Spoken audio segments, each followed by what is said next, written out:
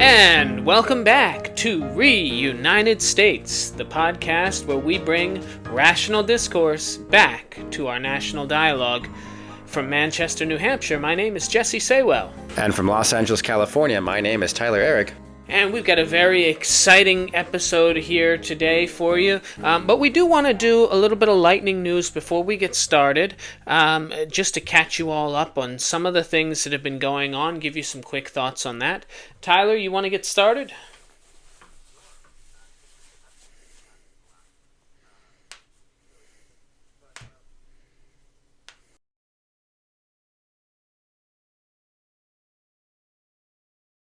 Yeah, and some pretty eventful things happening in the last 2 weeks. But I want to start with the elections that just took place in Canada. So Mike Carney and his Liberal Party have won enough seats in the House of Commons to form a government. They will have the most seats in the House, but fell just 3 seats short of having what is considered a majority in Canadian politics. Majority is considered 172 seats, and they have 169. Mike Carney will remain PM of Canada. And this is a very interesting and important development, as a lot of people were looking at the Canadian election and the results thereof to be sort of like a reflection of the 2024 US election and the Trump presidency as a result. In fact, if you look at the polling, it kind of tracks with that. You know, the conservative movement had a significant lead in the polls when Trump was elected. But prior to Liberation Day, as he calls it, when he announced his tariff plans, following the results of those tariffs and the results on the global market, the polling for Pierre Poilievre, I believe that's how you pronounce his name. Poilievre, and the Conservative Party as a whole dropped by quite a lot and ultimately resulted in a Liberal Party victory. Pierre lost his seat as well, actually. A lot of the messaging coming from Canada and from the analysis of the polls and voting trends is that the Canadians really wanted someone who was going to stand up to Trump as opposed to stand up with Trump, if you ask me. And I can't help but think that this is really entirely because of the tariff debacle. It kind of was really the source of this shift in Canadian political trends. And, you know, Trump pissed off a lot more than Americans with this stunt. And now we can see it resulting in real damage to conservative movements internationally. What are your thoughts on this, Jesse? Yeah, it's one of the most remarkable political turnarounds in history. In January of this year, when former Canadian Prime Minister Justin Trudeau, who had held the position for quite some time, when he was essentially forced to announce that he was going to step down from leading the Liberal Party in Canada, that was a total disaster, shit show going on.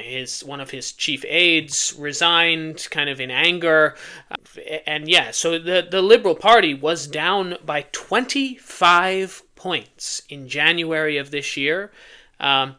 And the Conservatives looked like they were on a path to electing Pierre Poilievre, who is essentially a Trump-style candidate. The problem was Trump then decided to initiate these tariffs, as you said, and that really changed the game entirely. Almost immediately at that point in time, you saw the polls start swinging drastically in favor of the Liberal Party. And this is the thing that I think Trump has overplayed his hand with these tariffs globally. This is going to hurt, and it already is hurting the global economy to the point where I'm not sure these populist movements are going to be viewed very well in the coming years if we look at them and say, wow, they tanked economic growth. The whole purpose of this was for them to provide and create economic growth. But if that is kind of, if the result of this is going to be a global trade war and nonsense like that, I don't think that benefits the populist movement on a international scale. I don't think it'll benefit the populist movement here in the United States. So the big blunder on Trump's part, but it has essentially made it so that the Liberal Party that was about to face one of the worst defeats probably in its history. Again, 25 points down. That's 1 out of every 4 voters in Canada essentially changing their position over the course of 3 months. I mean, that's unheard of in American politics. That could never, we can't even fathom that ever happening here. So it's remarkable. Yeah, and it's honestly, we're going to talk a bit more about some additional effects that the tariffs have had in recent news. But again, it's so weird to me. We're talking strategy. We talk very objectively. We like to, at least, about certain strategic moves and stuff, regardless of the party and who's in charge. And again, this is just so weird. The Conservatives were in a very good position coming out of this election. Conservatives everywhere were in a very good position coming out of this election, especially in the U.S. But this one thing, this tariff situation, this Liberation Day thing, just killed it. Killed it overnight. It was, and I still don't know why or what the point is of making this. Why drop the ball this hard on something? I just think that Trump really believes in tariffs. He really, that's not, I don't think that he's just doing it politically. I think he really believes in tariffs. And he thinks that it's going to do all of these things that, that are going to bring back American jobs and all of this. He had his peak power. He felt like he could get away with it, and he certainly can get away with it, at least in implementing it. But I think what you're going to start hearing very soon is Republicans start to be very concerned about the electoral impact that this might have on them going forward. It's an epic blunder. It is the sort of thing that we may look back on, 40 years from now and say, wow, this was, the equivalent of invading Russia in winter. Yeah. So.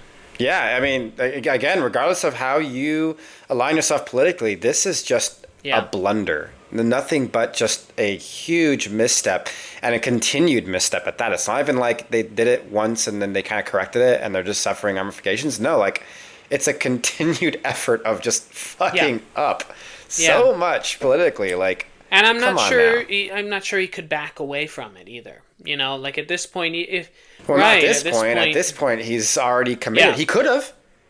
He could have when he implemented it. He could have and he kind of did, right? He tried to, but instead I guess he tried to and then doubled back and said, never mind. I'm just going to go harder this time, And now he just looks ridiculous. He looks weak. He looks ineffectual. And Canada is now, their politics are changed drastically as a result of Trump's actions. Yes, he could have had a Canadian prime minister that was much more in line with his own political views, and now he's going to have a Canadian prime minister that is going to be actively hostile towards him and towards his policies for the duration of his presidency.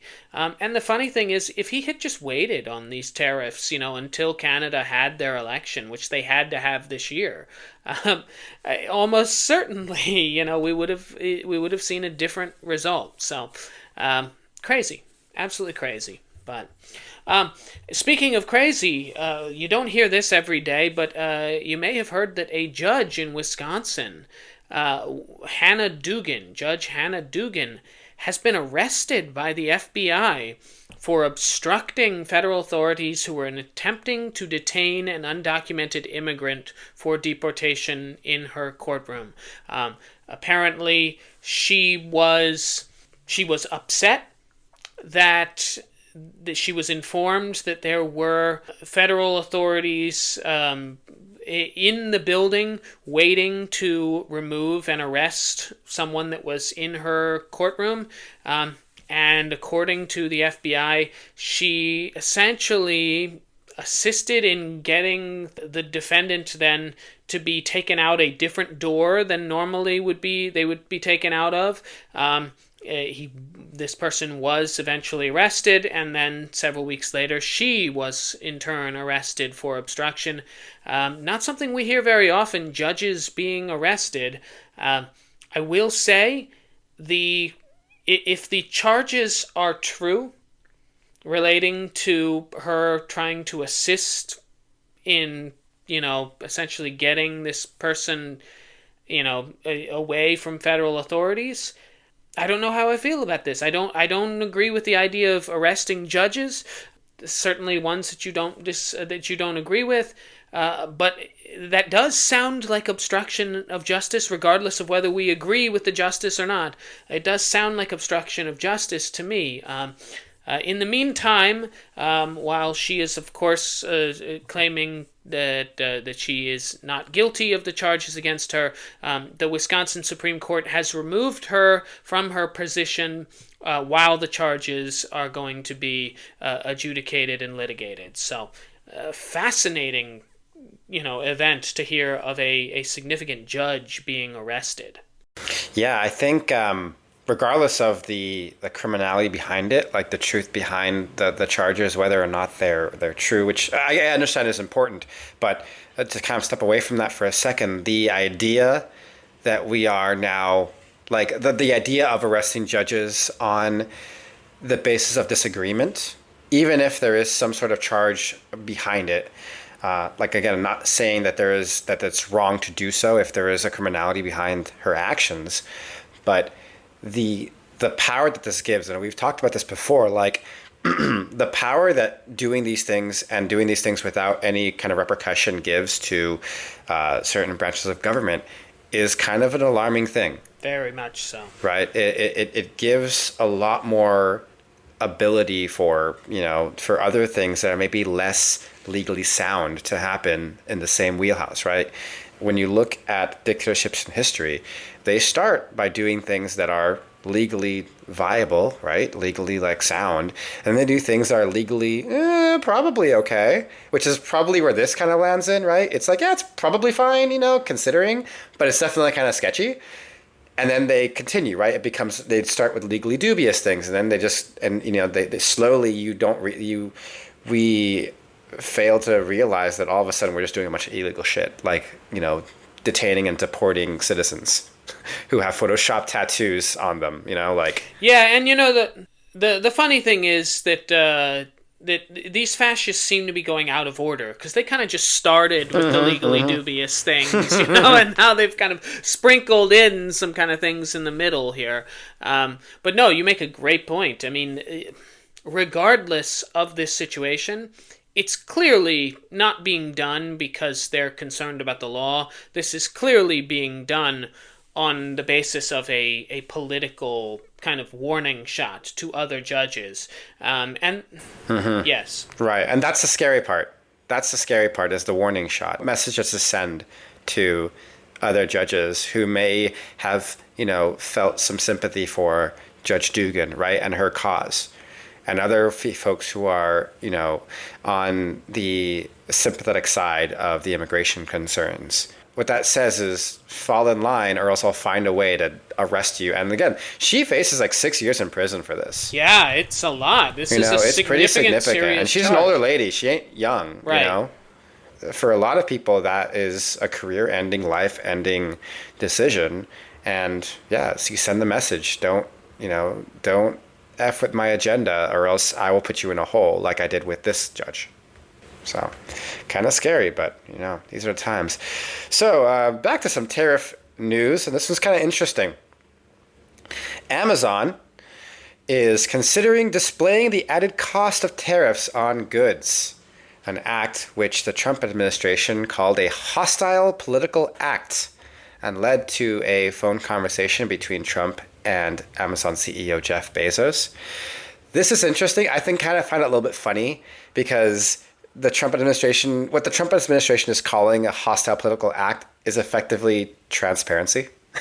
It's not like Jeff Bezos is saying, how dare you, Trump, how dare you do this to my consumers on every purchase. They're just being transparent about why things are expensive, which is completely fair to do. But apparently transparency is no bueno for the Trump administration. But it does it does show it is indicative. It is indicative of a rift that is now forming between Trump and the rich people who effectively put him in office, right? The non-political, rich benefactors like Bezos, like Musk, and all these people, but Zuckerberg, that contributed so much money, that helped Trump win last year. So this kind of shows a rift in there, and that rift can prove to be very damaging for President Trump, more damaging than what he's already been doing to like splinter himself from the party itself with the tariffs and with the market changes. Now we're seeing splits in which Trump is actively being hostile to these, these CEOs and these, well, frankly, important people to the U.S. economy and important people in dictating the direction of the U.S. economy. So again, just weird missteps. Like, I don't know what's going on in the guy's brain, man. Like, maybe he is just kind of too old for this now. Because, like, again, nothing he does makes sense to me, like, politically, strategically. It's just, it's angry old man, get off my lawn stuff. Yeah, it doesn't make any sense. And I am struck by how bad politically some of these moves are, because there's always been kind of some sort of genius in there in some of his moves that have pissed off people and have, not to say that everything he's done has been, remotely intelligent or strategic, but there's always been kind of an overarching understanding of where the electorate is with Trump. Like, if nothing else, the man has had a general ability to understand where the American electorate is and what are the issues that matter to them, in a way that the Democrats have been very bad about understanding that. And tariffs was not it. Like, that was just not it. And so, this picking fights with Bezos and whatnot, I have to think, and this is not a defense of any of these millionaires or billionaires that sat next to him at the inauguration. I do have to think that some of them, as this madness ensues and it starts to cost them money, are going to start going back the other way, because really that's all they care about. Who is making me money? Trump was, they disagreed with Trump on a variety of things for a long time, and then Biden came in and they didn't like Biden and his policies. They felt like Biden's policies made their lives more difficult, both personally and economically. And so they went towards Trump, and that's, these are, we made a big deal out of, like, where are they on the political spectrum? They are capitalism central. They are they're not on the political spectrum. They're on the economic spectrum. They are on the economic spectrum, and they are in the camp of unchecked capitalism, and that is what they want. And tariffs are not part of their plan. They're not part of their platform, and so you're right. Again, it hurts everyone. I was just watching a thing with the CEO of Ford talking about how these tariffs are going to increase the price of a Ford car made in America, by the way, in the next year plus. Yeah. Again, like, American-made cars are going to be very much affected by these tariffs because of the components that make those cars. Like, it's obvious. You don't even have to know anything about cars. I'm not a car guy. I know that. Like, everyone knows that. Apparently, except for Trump, or maybe he just assumes that we don't know that. Yeah. But again, like, American-made products will be affected by this just as much as non-American made products will be affected by this on the consumer end. And nobody liked that. It's upset everybody from low on the economic spectrum to high as you can get. And yeah, it's such a bizarre thing. I was listening to NPR yesterday and made a good point. Is they said that if anything, Trump has always followed the markets. If there's anything I'm going to say about him, his policy has almost always followed the market. What's going to make the market better or rise, right? That's always that's been his like guiding principle in actuality, right? Like that's the thing he actually has never like failed to follow, right? The market trend. Except for now. This is the one time now, the first time that he's like actively gone against the market and is doubling down on that and doubling down and doubling down. He's blaming Biden for the market to this very day. He's blaming Biden for the market, which makes no sense. He's claiming it's going to get back. It's going to bounce back up. His excuses don't even make sense anymore.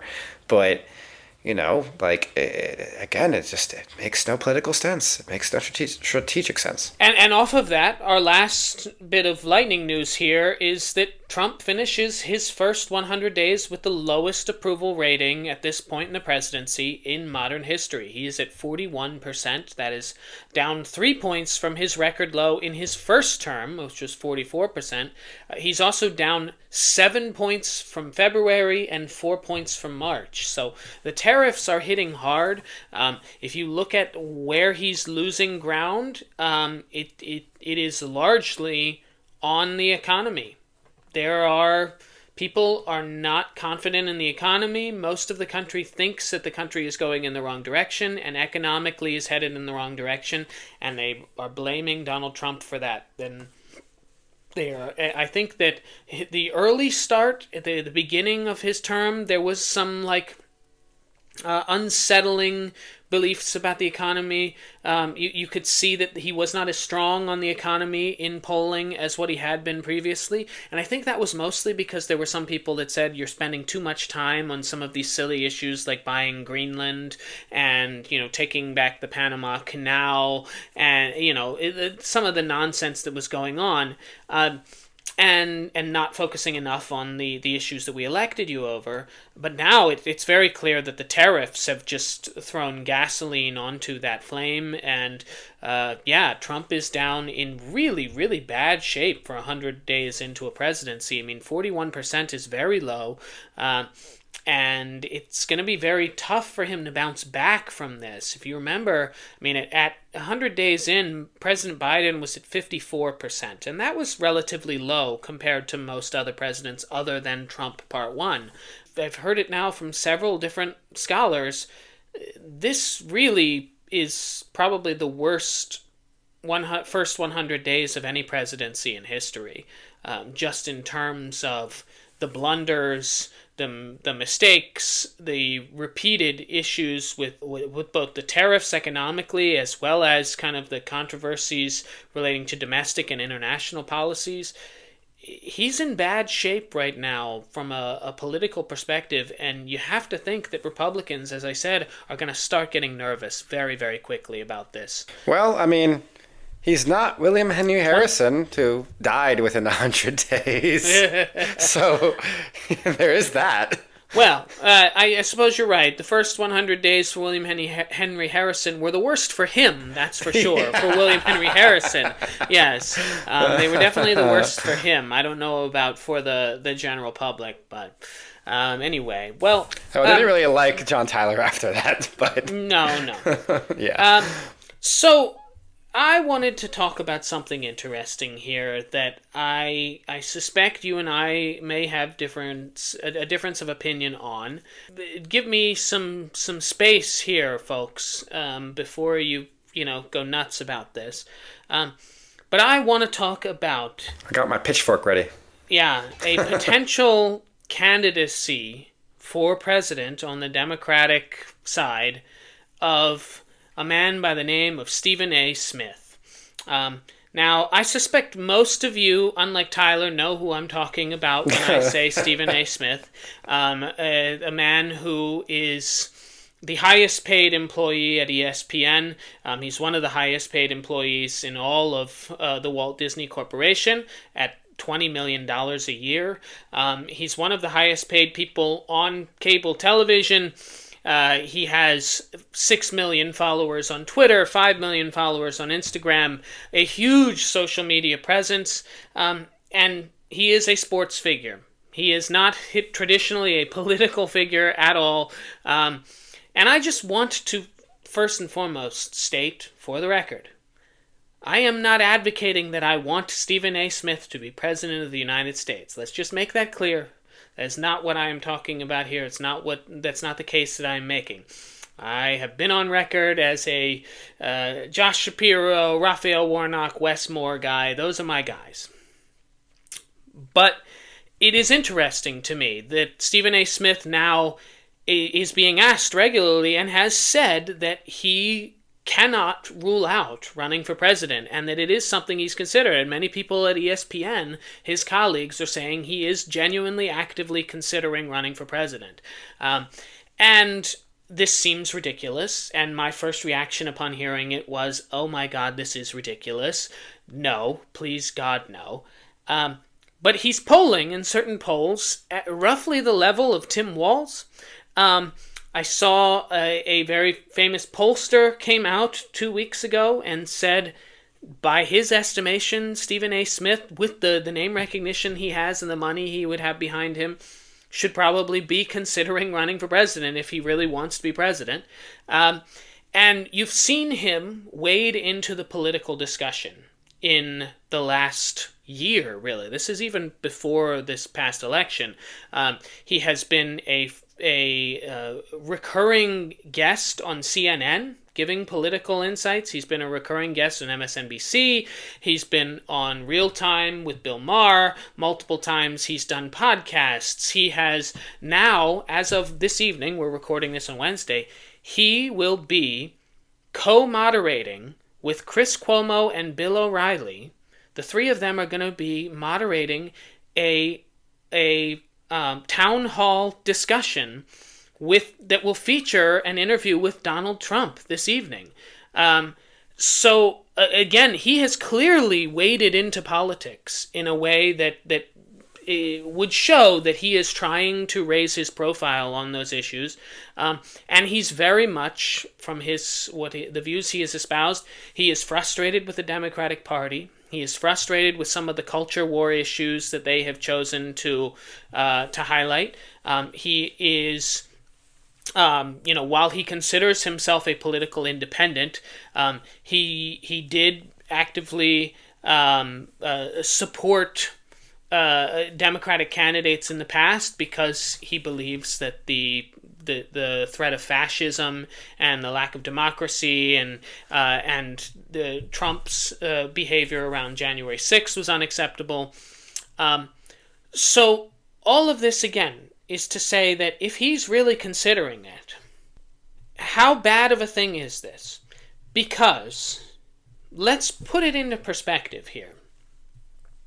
Stephen A. Smith is immensely popular with young men in particular, which is a demographic that the Democratic Party are losing very, very quickly. He talks not like a politician. He speaks his mind. He is very well known for saying how he really feels.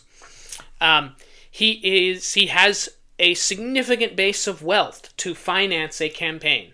He has a platform already where he is immensely visible to a lot of people. He rates well with men of color. And in fact, among African Americans in general, I was speaking with my brother yesterday, and he said, my brother Damien, African American man, said that Stephen A. would pull in more black voters than anyone else that the Democrats could potentially throw out there, in his opinion. Again, it's just one opinion. But it is interesting on this that is there a lane for him to do what Donald Trump did to the Republican Party, which is come in as an outsider who is largely viewed as a joke, who's not really taken seriously by the establishment, with no real political experience, certainly no governing experience, but come in as somebody who is very telegenic, is very well-spoken, and can speak to the frustrations with the system, including the frustrations with their own party, and be viewed as a means to an end. In the grand scheme of things, is it possible that Stephen A. Smith is this means to an end, and that end is saving democracy? Is that the depths that we have to go to be able to save democracy? Is that even a viable solution? That's what has been resonating with me and has been kind of sitting in my mind. Again, I do not want him to be president. I think he's obnoxious. But he is an immensely effective communicator, as evidenced by his track record as a very, very visible public figure. He rates well with men. He rates well with women. I could see him actually getting some traction as a candidate in 2028. I really could. And it's very clear that he is actually considering it, because he is wading into politics in a way that we have not seen before from him. In a similar way to how Trump did when he first started getting into politics too. Kind of dipping his toe in with commentary, attending dinners and things like that. Yeah. Absolutely.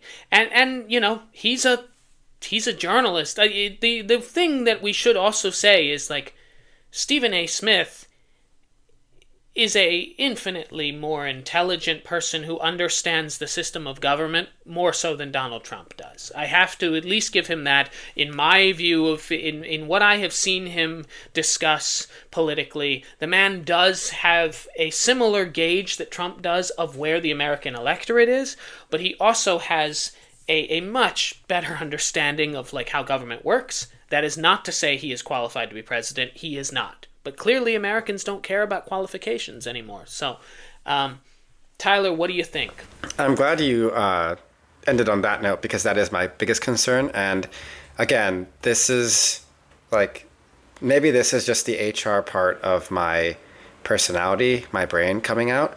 But the truth of the matter is, I can never really support a candidate that is not qualified on paper to be president.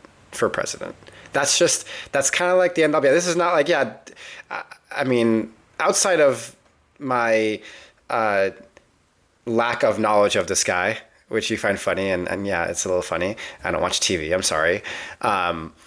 But outside of all that, I just can't, I can't personally, advocate for someone who is not fit for the job, does not have the experience or the qualifications for the job. And this is the most important job in the fucking world.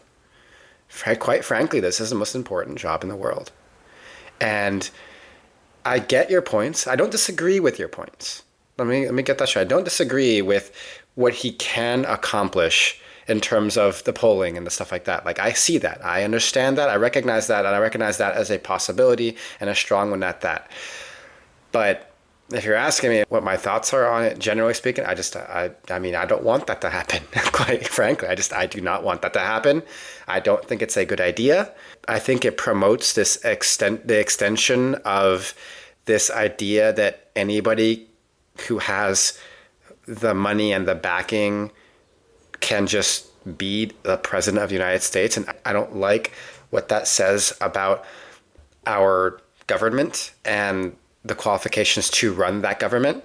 It's just never turned out well when that kind of crap has happened. Whether it's Trump, whether it's Reagan, whether it's freaking Arnold Schwarzenegger, it's just not a good thing to promote, in my opinion. Right? This idea that, like, stars can just be the president because they have star power. The part of my brain that works daily, on the idea of qualifications, of job, experience, of things like that, it hates it. It hates everything about that idea, because it doesn't feel right. It feels like it goes against the very nature of what I do for a living and what the way work is supposed to operate in human society, where people who get jobs are people who are qualified for those jobs. That is my emotional reaction to this news, and to when we discussed this a few days ago.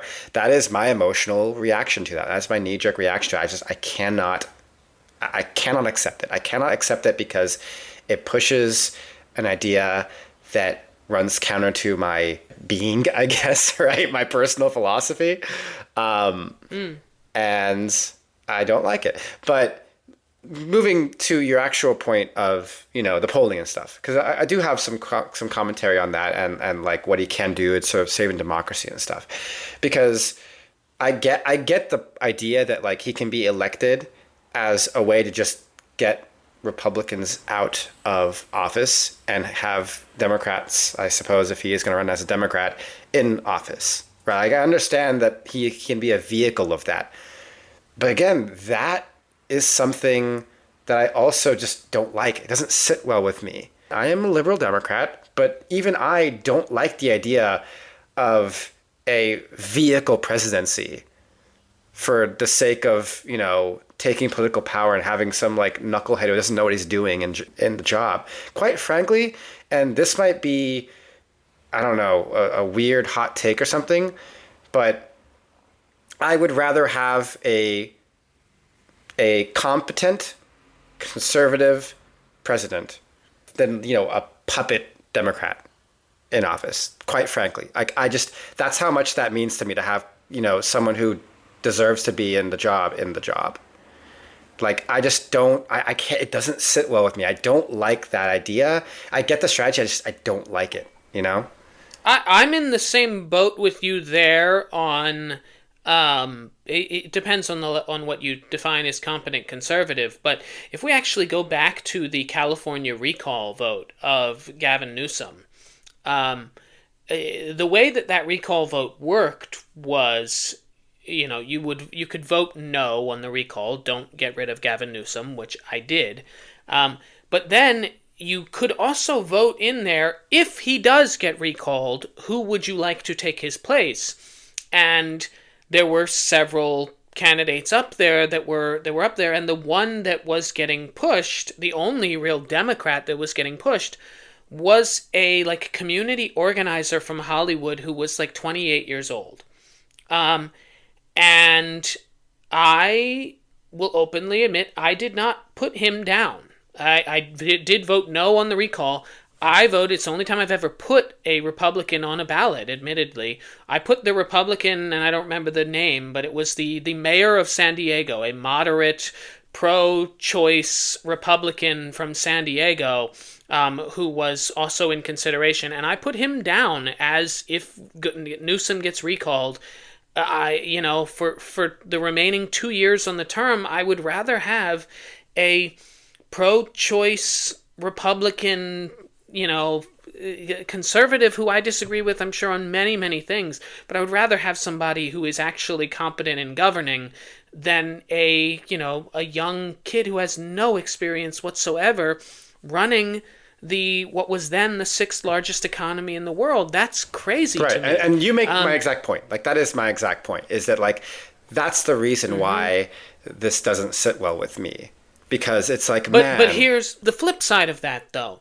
If I'm staring between J.D. Vance and Stephen A. Smith, that's a no-brainer for me. I would not have a qualm about voting for Stephen A. Smith in the face of J.D. Vance, and I realize that that's exactly the argument that led to Donald Trump getting elected on the right, is many people who did not like him just said, if it's Hillary versus, or if it's Kamala versus Trump, well, then I have to go with Trump, I'll hold my nose.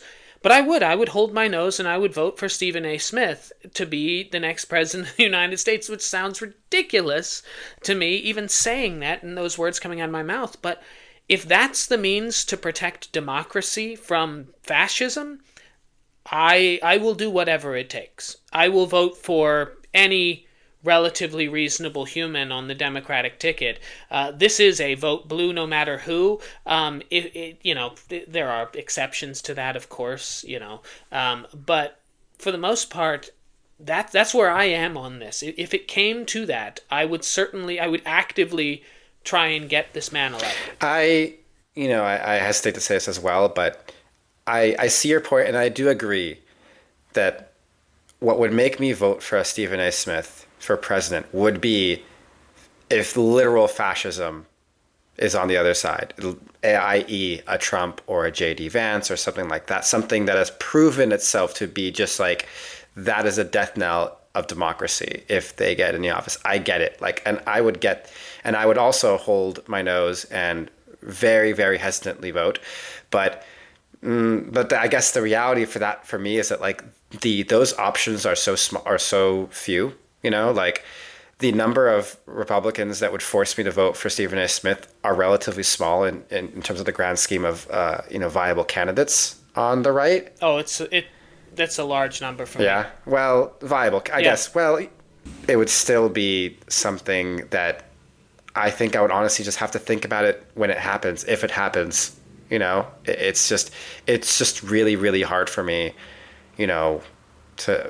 because of that lack of experience. And here's the thing, because one thing about the Trump first term, when he was running in 2016, that I found interesting, speaking to a lot of Trump voters at the time, is that a lot of the intelligent people that I know that voted for Trump the first term, most of them all had the same argument, which was, well, Trump himself is not going to be able to do anything because he doesn't know how, but he can surround himself with smart people who can. That was their argument. That was the whole thing was like, well, I'm not voting for him. I'm voting for the people he will surround himself in, which I am faithful that will be competent, true conservative Republicans or whatever. And we saw what happened when he won. He surrounded himself with a bunch of crazy people. But like that, and so if I were to vote for Stephen A. Smith, I feel like my argument would be similar. And what does that make me? Like kind of hypocritical in that sense, because I would just be relying on a guy to surround himself with smarter people. But then again, how is that different than Trump? Well, there's a lot of things different from Trump, but like in terms of like the brass tacks of it, right? How is that different than the argument that a Republican or a conservative made for voting for Trump, especially in 2016? It's not. Yeah, right. And that again doesn't sit well with me, when I think about it. But the other thing about that is looking at the policy differences between what Democrats hope to achieve, broadly speaking, as an agenda, as a party, as a platform, and what Republicans typically aim to achieve, right, as a platform. The degree of competency and intelligence that is needed to craft policy that will achieve democratic goals is a lot higher than the Republican counterpart. Like when you think about things like Medicare for All, right? The policy that is needed to actually put into place an actual plan for Medicare for All that is effective and has a limited impact to the economy and actually does what it's supposed to do is extraordinarily difficult and takes brilliance. Like it will take a lot of brilliance to craft, right? To make happen. Versus, what's the Republican option? Oh, we want to get rid of everything because we want to privatize it. That doesn't take any intelligence at all. That's just like getting rid of it. Like again, like the bar for it just, to me, it takes a lot more competency for a Democrat to push democratic positions because of the policy needed to enact those things than the Republican counterparts. And that's also what kind of gives me that pause for concern over electing someone who, doesn't have those experiences, doesn't have that history of policy writing, of being like a senator or like, a governor or mayor or whatever. To your first point, how is it different from Republicans in 2016? It's not. But we had this discussion last week. You had this whole point last week about how Democrats need to be concerned with how do you get power? How do you get power? And that, for Democrats, needs to be the number one thing. And so you can either be right, you can either be principled, or you can win. And maybe that is the same question. Again, it's, on principle, would I support Stephen A. Smith? Absolutely not. It's ridiculous. But as a method of gaining power to protect democracy, to protect our country against fascism, if that is the means to do it, sign me up. Because I am in it to win it now. I am tired of losing. Trump, that was the thing with Trump. He's like, you're gonna be so tired of winning. We're not gonna lose anymore. We're gonna win so big. That was the thing. Like, his people were tired of what they viewed as losing. They were losing to Obama repeatedly. They were losing, in terms of, in their mind, they were losing their country. Well, that's how we feel now. We feel like we are losing our country to fascism. We are losing elections, and I'm sick of it, and I want to win. And so, yeah, I am willing to compromise on some of my principles and my belief systems, my qualifications and all of that, within reason, for a candidate who could potentially win an election and beat the forces of fascism. And I, quite frankly, cannot imagine that the Republicans are going to put up anyone in 2028 that I could remotely stomach voting for, whether it is Donald Trump again, whether it is Donald Trump Jr., whether it is J.D. Vance, whether it is Marco Rubio at this point, who I think is spineless and I would never be able to trust again after what he's done. Ron DeSanctimonious. Ron DeSanctimonious, Tiny D. The list goes on and on. Come on now. Even let's get into Tucker Carlson. God. Talk about top of the list of things I would definitely vote Stephen A. Smith over. These are the things, though. These are the people that I believe are going to be in the conversation for the Republican nomination. If it was Nikki Haley, then maybe we'd have a different conversation. I don't know anymore because I don't know how I trust her. The people who have shown no spine whatsoever in pushing back against Trump and who have repeatedly kind of cowered to him, I don't know if I trust them anymore because they have cowered to the forces of fascism. They are afraid of their voters. And so, yeah, that's your first point there. Your second point relating to the governance, and you mentioned Medicare for All. That ship has sailed, man. I'm sorry to say it. I care about Medicare for All. I care about progressive policies, but that's not my priority right now. My priority is where Republicans had their priorities, which is Supreme Court, getting in power, controlling the White House, and getting more liberal justices on the Supreme Court, and avoiding getting more conservative justices on the Supreme Court. That is the pathway to power. That is the pathway we have to figure out a way to get back to. We're not going to have the votes to get Medicare for All through Congress. Well, okay, Medicare for All is just an example of, but policy is, broadly speaking, policy is pretty important. Of course it's important, but that's the number one thing to me is not that. And if we don't win, then we can't get anything done. So, do I want a competent person? Yes. That's why Stephen A. Smith would not be my first or second or third or fifth or ninth choice. But if you told me you can get Stephen A. Smith with unified Democratic control of Congress going into 2029, or you can get, let's say, Gretchen Whitmer, and you can win the White House but not have full Democratic control of Congress, and it's a narrower margin, I'm taking Stephen A. Smith. Sorry, I'm doing it. Do I think Gretchen Whitmer is much more qualified to be president? Absolutely. But I will take the power. I will take the Democrats being able, because the legislation comes from Congress anyway. It doesn't have to come from the presidency. So that's where I stand on that, and I realize that might not be popular with everyone, but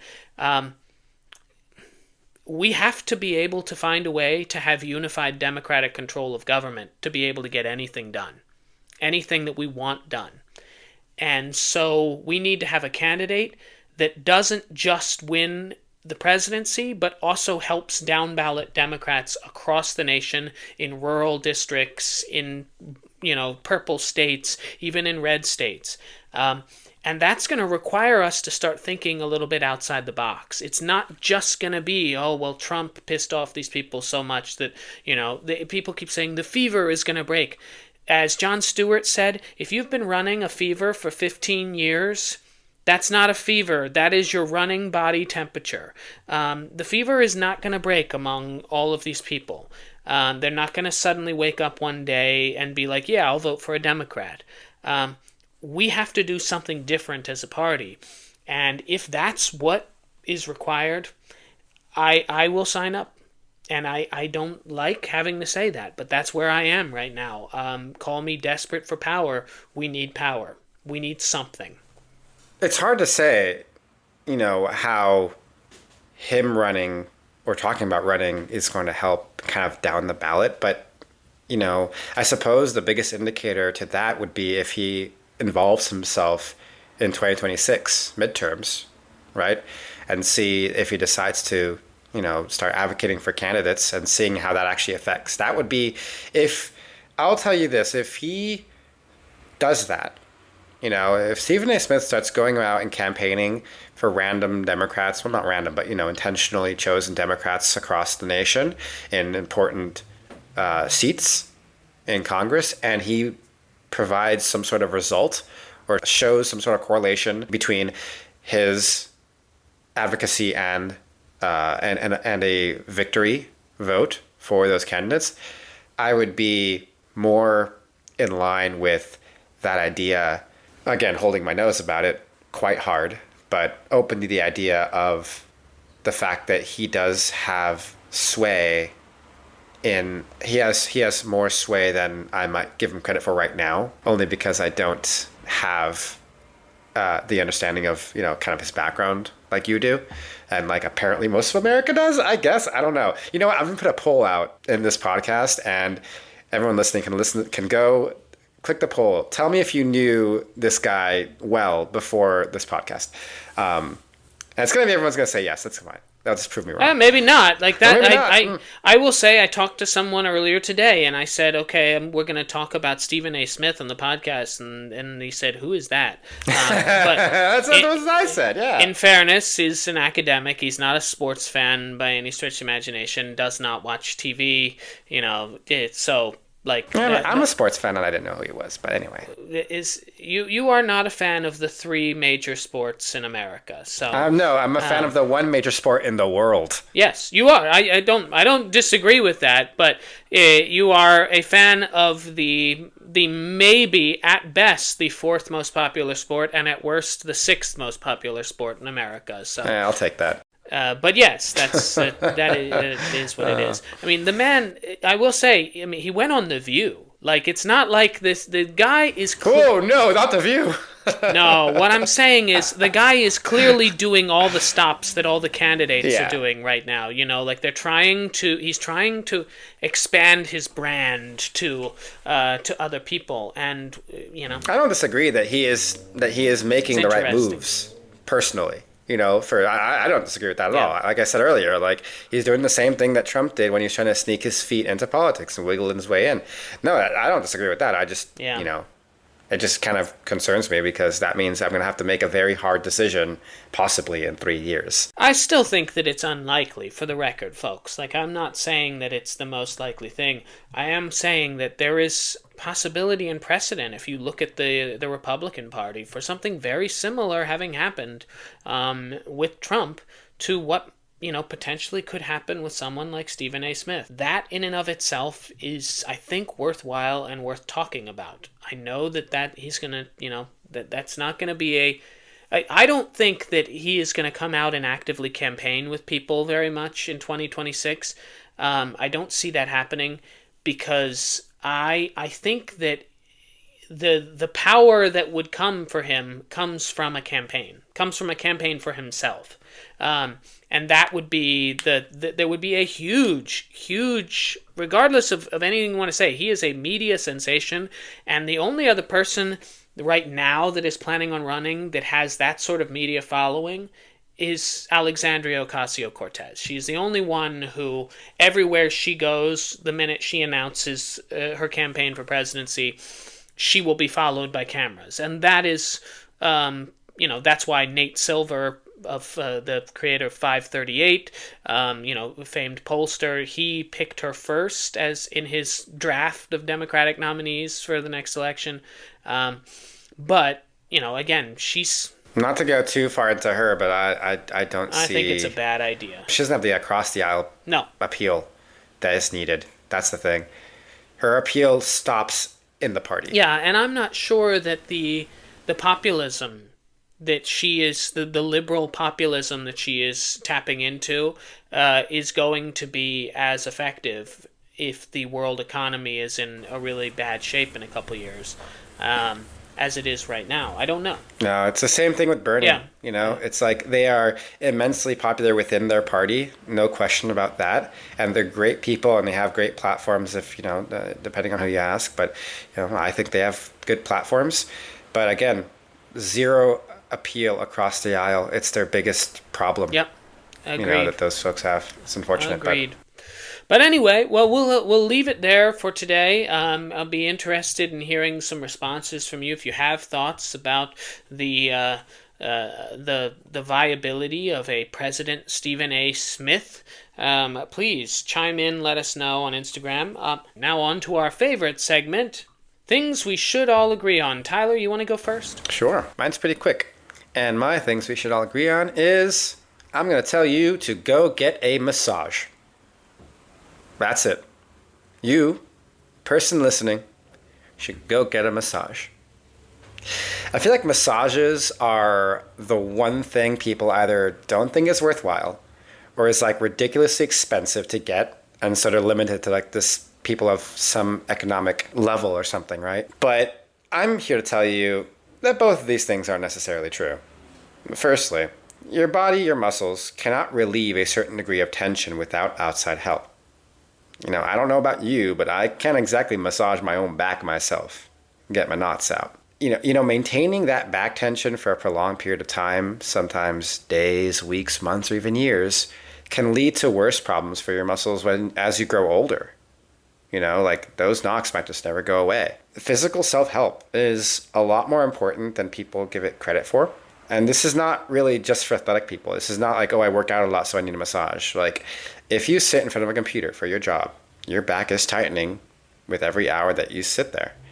If you're a blue-collar worker, then yeah, your back is definitely being stressed every time you lift something or bend over or do any sort of manual labor. Not just your back, of course, your arms, your legs, everything. Everyone uses their muscles unless they're like a vegetable. And even comatose people get regular massages from nurse staff to keep their muscles from atrophying. It is something that is needed in our bodies. So no, you absolutely need that release. And it's really not as expensive as people make it out to be. I think that's kind of like a fallacy that because you see so many like spas, right? And like full service spas, we give massages on like $1,000 or no, probably more like $200-$300, right? And they just have this aura of like, wealth attached to it, that you need to have some sort of wealth to get a massage. If you look at like TV shows, right? And like when people are getting a massage, it's not like an everyday Joe, right? It's like some bureaucrat. It's like some CEO who's like, having like a meeting, a important business meeting while getting like their back, karate chopped by some person, a masseuse or whatever, right? Like it's something ridiculous like that. And that's kind of like the fallacy behind it. But like, the reality is it's not really that expensive, honestly. If you live in or near any sort of city, you probably wouldn't need to walk or drive far to find like a local massage parlor somewhere that'll probably only set you back like $30 for a half-hour massage, maybe 40 to 60 for an hour or something like that, depending on where you live. And trust me, the investment is worth it. Like even if you do it like once a year, come on, $60 an hour once a year. Once a year. Get a nice long hour-long massage, right? Work out those tensions that you built up in your back, neck, arms, legs, whatever, right? Your body will thank you. I promise you. Your body will thank you. You will feel so much better, and your muscles will be healthier as time goes on, and you'll find that you might actually see a lot of health benefits in your body physically, or rather, the absence of health problems, I should say, as you grow older, your back might not hurt as much as it probably would have if you didn't do this. So, hey, go get a massage. You deserve it. Very nice. Very nice. You've made me want to go get one right now. Go, man. I'll go this weekend. All right. Well, we talked about sports today, and so I wanted to take this moment to pay tribute to a man that many of you, I suspect, in fact I know, have likely never heard of, a man by the name of Tom Brown. And Tom Brown was a two-sport athlete in the 1960s. He played briefly in the major leagues in baseball for the Washington Senators, but then made the switch over to play for the Green Bay Packers of the National Football League. And he was the starting safety for all 3 years in which the Packers won the National Football Championships, including Super Bowls 1 and 2. And he played under the great Vince Lombardi. Now, that in and of itself is a pretty remarkable legacy for a man to leave. And unfortunately, Tom Brown passed away recently at the age of 84. But Tom Brown, to many of us on the eastern shore of Maryland, was Coach Brown. And he ran Tom Brown's Rookie League for 45 years, which was not just your average league for football, baseball, basketball, soccer, etc. It was a program that was designed for anyone to be able to participate, regardless of athletic ability, regardless of socioeconomic status, regardless of how weird you were. And trust me, I was weird. And I was very, very fortunate to be able to participate in Tom Brown's Rookie League, as well as both of my older siblings. And all 3 of us participated over this period of time. And I want to stress that Tom Brown was the type of model of masculinity that has resonated with me for a long time. This was a man who, again, played in the National Football League, but had a heart of gold. He led his leagues. He always umpired the games and refereed the games, and he did so with an intent to highlight and make the experience fun for everyone. That was the goal. It was not focused on winning or losing. It was not focused on pumping out professional athletes. And in fact, one of Tom's greatest strengths was engaging with parents. If you've ever gone to a youth sports league, you've likely seen a parent who is screaming at the kids, screaming at the refs, screaming at the umpires, and you can see kids, when they do something, looking over to see if their mom or dad are approving of how they did. Tom had no tolerance for that. He would very gently pull a parent to the side and say, "You need to take a walk." He protected the youth athletes in this way by creating this really amazing inclusive space. And again, you didn't have to be an incredible athlete to feel good about yourself playing in Tom Brown's Rookie League. I mentioned that I was weird. I used to sing on first base. It was just a thing I did. I've always been a performer. I've always been showy. But I used to sing on first base. And it would drive some players nuts. It would drive some parents nuts. But Tom defended me. I can remember his big booming voice. "There is no rule against singing in baseball." And he would have a twinkle in his eye of amusement. Because the reality is, he didn't care about who won and lost. That wasn't the point.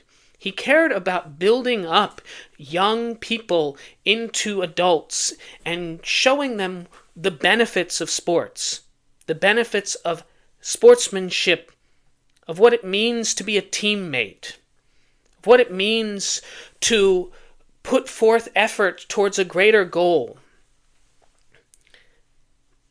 There are stories that have been coming out in the aftermaths of Tom's passing that are remarkable to me because they sound so familiar. There was a story that came out about a man who, as a child was in Tom Brown's Rookie League and made a last-second shot in which Tom very likely knew that he was standing on the three-point line, and but called it a three-pointer anyway, because he knew that he wasn't going to take that moment away from a 9-year-old kid playing basketball. That's the beauty of sports. That's why I love sports so much, and it came from Tom. And so I've spent much of this week, since I have heard about this, kind of processing the impact that this man had on me, and understanding that what a remarkable legacy for a man who probably could have hung his hat on the fact that he was a Super Bowl champion who played for Vince Lombardi. But he was most proud of the work he did giving back to kids. That's the sort of masculinity that I cherish. That's the sort of thing that I aspire to. And there's so much that I learned from someone like that, teaching me how to be not just a good sport, but a good person. And so I salute Mr. Brown, Coach Brown, for everything he did for me and everything he did for thousands of other young people over the course of 45 years. He was a champion in professional football, but he was an even bigger champion in life. And I will carry the lessons that I learned from him with me for the rest of my life, and I try as an educator to pass on those same sorts of inclusive environments and support to my students in the way that he did through sports for me. And so, thank you, Mr. Brown. I am grateful for you, and your legacy will not be forgotten. Damn, that was powerful. What a powerful, powerful speech.